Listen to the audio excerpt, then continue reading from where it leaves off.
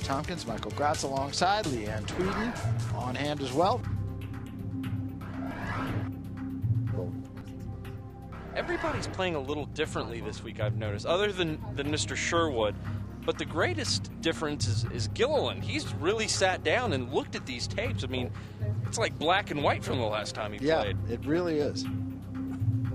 Rada has not really had a chance to get started, but this is very similar to the way he played last time as well. Sherwood wins by default and just adds to that chip count. You know Sherwood's going to make the most of this situation. He's not going to falter. He's going to stay in the game here. And as these blinds keep going up, look for him to get more and more aggressive.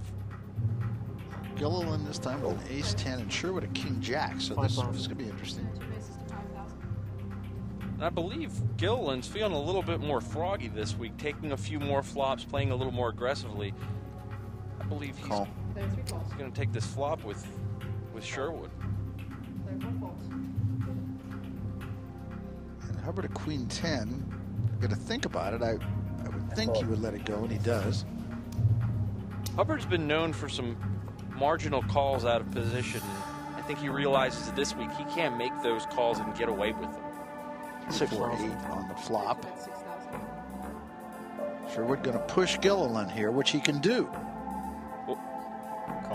Well, Gilliland does have the best hand. This is a tremendous call he's making.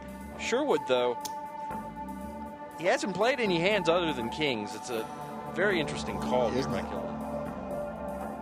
4 on the turn, and now a check from Sherwood. Now let's see how Gilliland plays this. Well, Sherwood doesn't want to give away any chips. Gilliland called with something on the flop. Now Sherwood believes he doesn't have the best hand.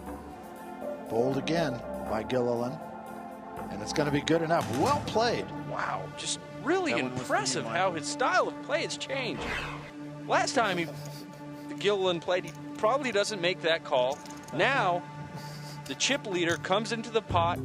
Gilliland's looking to get involved with him. He wants to take those chips. He realizes that Sherwood has all the chips. Let's go after that guy. And he's narrowed the gap now. Sherwood still, obviously, our chip leader at 110,000, but Gilliland now with 80,000. It looks like Gilliland's trying to be Sherwood's thorn for the rest of the day. Well, you said it. He's a different player here today, and it's obviously going to school exactly as he said. Well, if he keeps doing what he's doing right now, he's going to be teaching school. Yes. Rada ace little, Brailovsky a pair of 9s, and he'll bet it.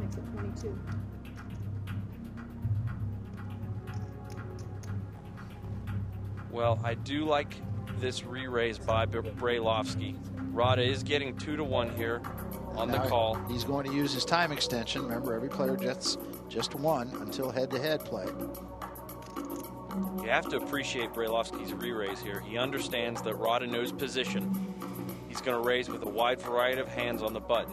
He figures his 9s are the best, and he's going to push that edge. Now, he, too, is a different player than he was the first time around.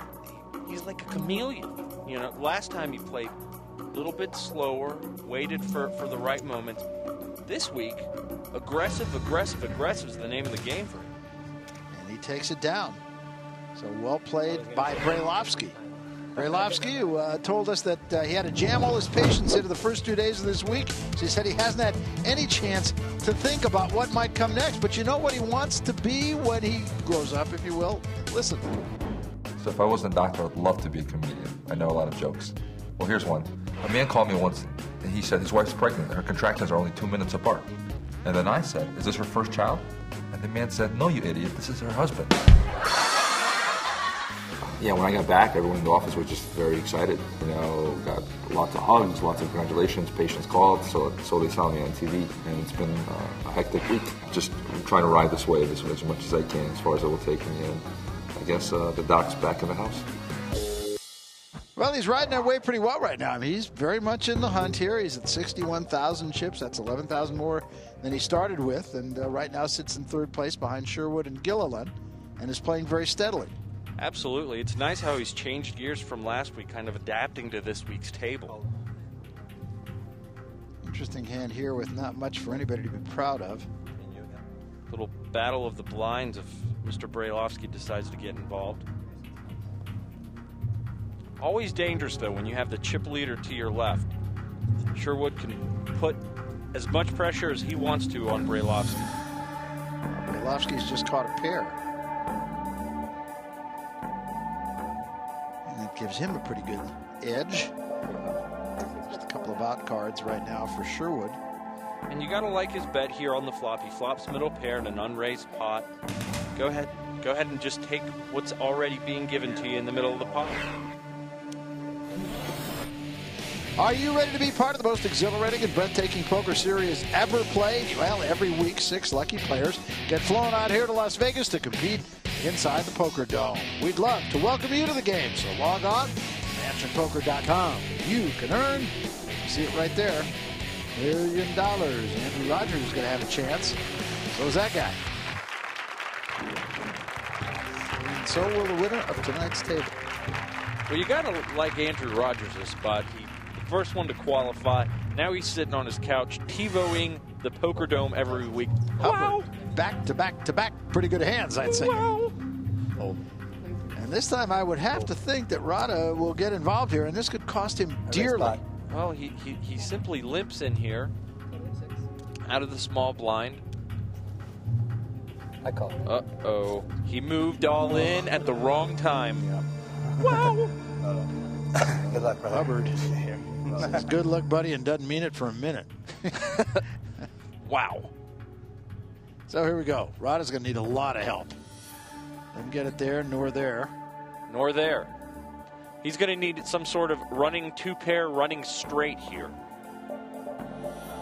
Well, not a bad card for him. A queen. Queen. Oh, it was close. It scared me. It was close. So Rada will be our second player eliminated, and Hubbard has now won 3 hands in a row and is right back in the fray here. He is just running hot right now, and it is a good time to start running hot. The blinds are going up. Yeah, and he's played aggressively when he's needed to, so he's back in it. One of these players tonight will make it to our $1 million table in March. When we come back, we'll see what the 4 who have already qualified for the $1 million table have been up to. We're coming back. Don't go away.